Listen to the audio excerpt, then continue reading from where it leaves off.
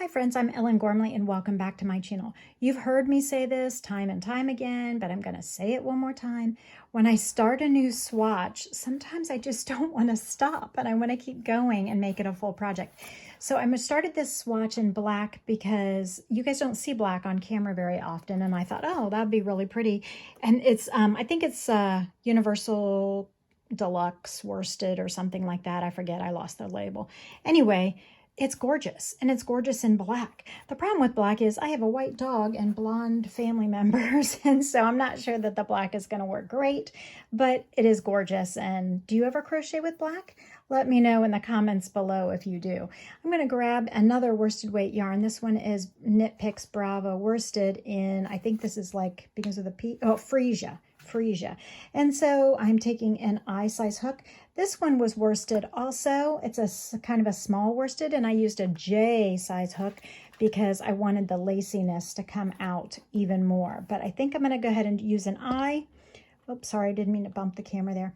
We're going to chain a multiple of 10 plus 2, 2, 3, 4, 5, 6, 7, 8, 9, 10. I'm going to do 20. 11, 12, 13, 14, 15, 16, 17, 18, 19, 20, 21, 22. So my swatch was 30, was a multiple of 10 3 times plus 2, so a chain of 32, but I'm just going to do a smaller one for you guys so that we can move along on the pattern. In the second chain from the hook, we're going to single crochet. We're going to get started on this pattern right away with another single crochet in the next chain. That's our bookend. And then we're going to chain 3, 1, 2, 3. This is the foundation row, so we will not do this row exactly the same. We're going to skip 1, 2 of the chains, skip 2 chains. And in the next chain, we're doing a 2 double crochet together, or a double crochet cluster. So a double crochet, but don't finish it. Yarn over, insert the hook in the chain, yarn over, pull up a loop, yarn over, pull through 2 loops on the hook, and then draw it all together with a yarn over and pull through. So it's a cluster of 2 double crochets in one spot tied together. So it becomes one stitch. So I will do that again slowly in just a moment. Chain 1, skip 1 chain. So we're going to skip this one.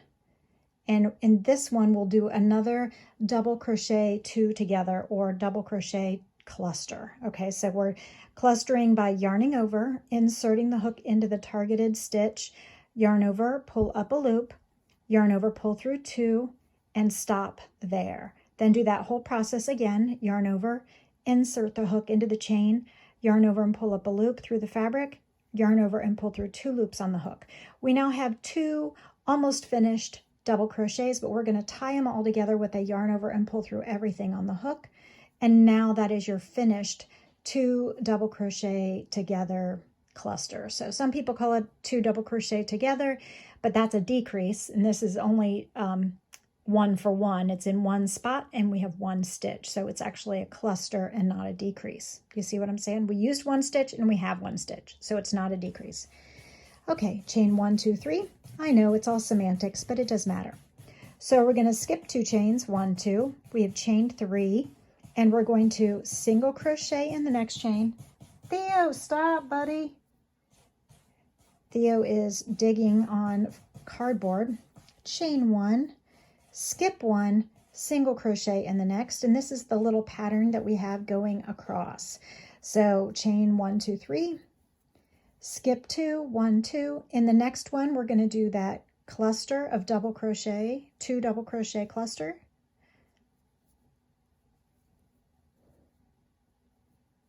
Yarn over, pull through everything, chain 1, skip 1 chain. In the next chain, we're doing a 2 double crochet cluster again. So clusters are often, or at least I often do clusters in sets of 3 or 5, mostly 3. So this is interesting that this is a narrower cluster, a cluster of 2 together. Then chain 1, 2, 3, and we should skip 1, 2, 1, 2, and we have 2 left for single crochet, single crochet. So we are right on target. The multiple of 10 plus 2 was right on. So however wide you want to make this, do sets of 10, 10, do 10 as many times as you need to, and then after you're done with your sets of 10 for the width that you want, add 2 more. Okay, so we are going to chain 1, 2, 3, 4, which counts as the first double crochet plus a chain 1.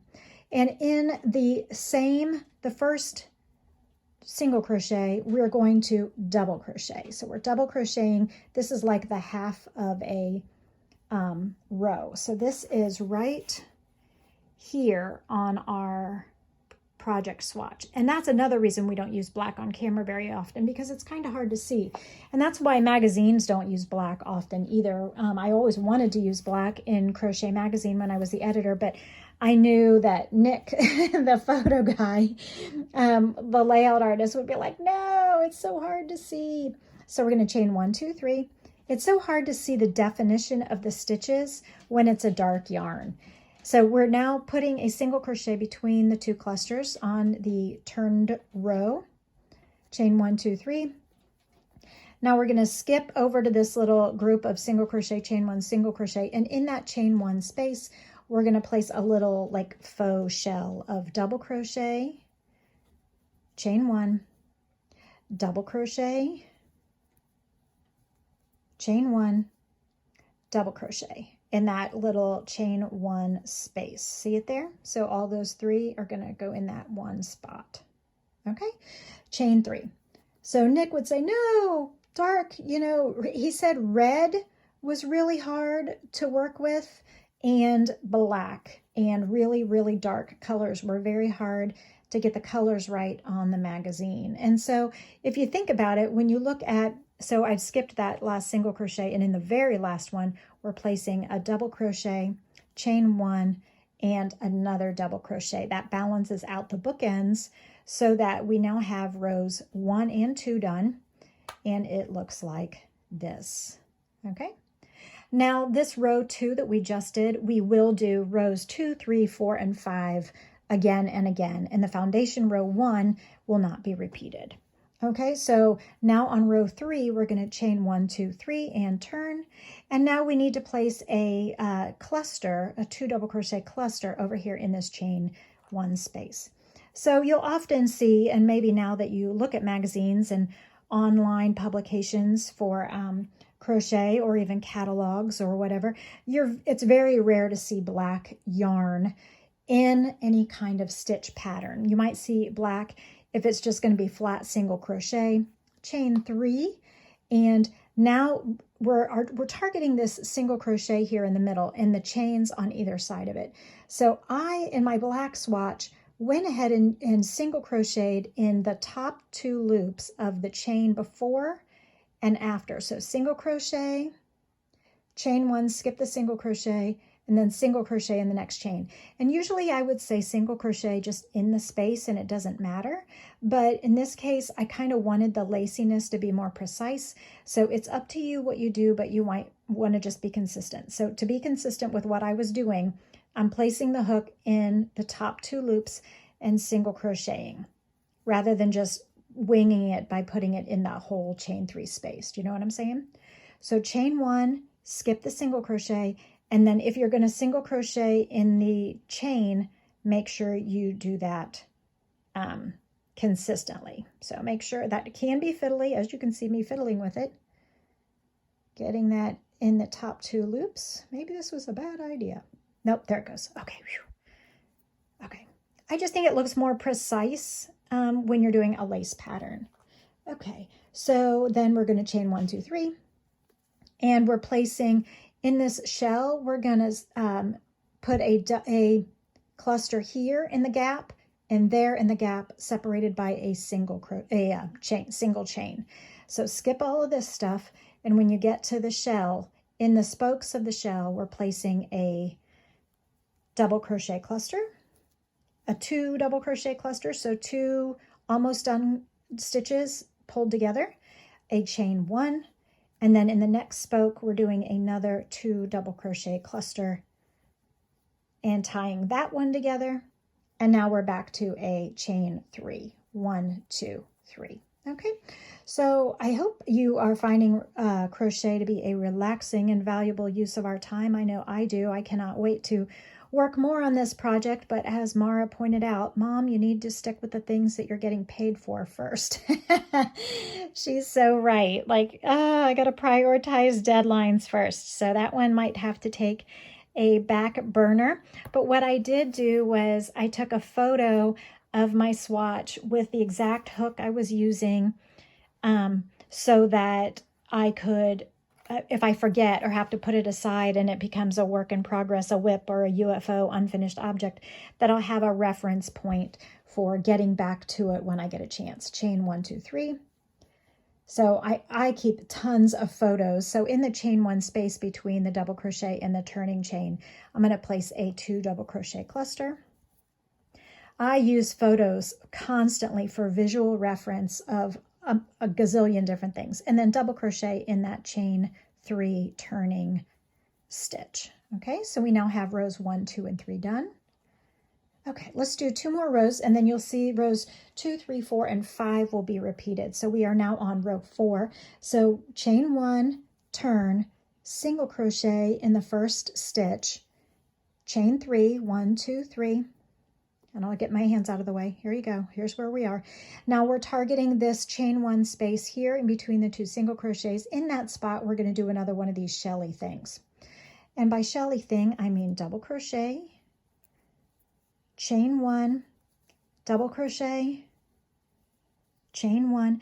I think this would make double crochet. I think this is the black. Obviously, I'm going to just keep going as a scarf. I think it's going to be gorgeous, and I'm really excited about it. 1, 2, 3. I think if you did it in white or a fingering weight yarn or a lightweight yarn, you could, we're going to single crochet in between the clusters, chain 1, 2, 3. I think it would be an amazing wedding stole. If you make it even wider, it could be like a fat scarf that almost becomes a rectangular shawl. Okay, and then in that chain space in between 2 single crochets, we're going to do another one of those shelly things. That's a technical term. So double crochet, chain 1, double crochet, chain 1, double crochet, all in that same chain 1 space. Chain 1, 2, 3. And in the top of the turning chain, skipping that cluster, we're going to just single crochet. That was row 4. Okay, row 5 is chain 1, turn. Oh, we're getting there, friends. What do you think? It's very nice. It makes a really good drapey fabric, even in worsted weight and an eye hook. So worsted weight sometimes has a bad rap. So we're going to single crochet in the first single crochet. We're going to single crochet in the top 2 loops of the next chain, because this is like an offset like bricks pattern, and we're doing a half thing, half a repeat over here. Chain 1, 2, 3. Let me get my hands out of the way so you can see it. Okay, and then in the spokes of the shells, if this was a part of a wheel, we're going to put a double crochet cluster, a chain 1, and a double crochet cluster in the next space. Okay, that's where we're headed. I think it would make a really beautiful wedding accessory in white, or a fingering weight yarn, or, you know, that kind of thing, or a very pale pink for a garden party type thing, or a outdoor wedding. Really gorgeous. Okay, so I did the cluster, chain 1, cluster. Okay, 1, 2, 3, 1, 2, 3.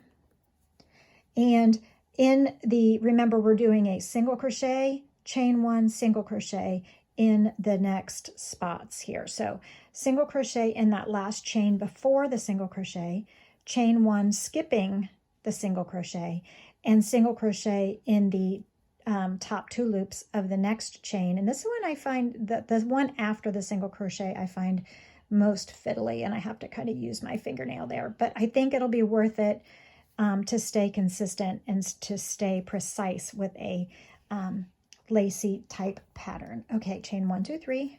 Do you need to see where I'm at? Do I need to pull my hands aside? Okay, see, this is where we are. Okay, so we chained 1, 2, 3, and we have, remember, clusters in between the wagon wheels, and then separated by a chain 1, and then another cluster here. My yarn is getting caught up on the pins of my blocking board. I just wanted to show you the pattern really well with the black. Chain 1, 2, 3. And then we will finish the row like we started it with a single crochet in the last chain before the last single crochet, which will also get a single crochet. Whew, okay, so single crochet in the last chain before the single crochet, and in the very last stitch, which is a single crochet, we're going to single crochet. And then for this pattern, we're going to keep going with rows 2, 3, 4, and 5, which you now have seen. And I think this is a pretty great fun stitch, and that's a little bit tricky on the ends. Just pay attention to what you're doing and you can do it. I will see you in the next video. Thanks so much. Bye.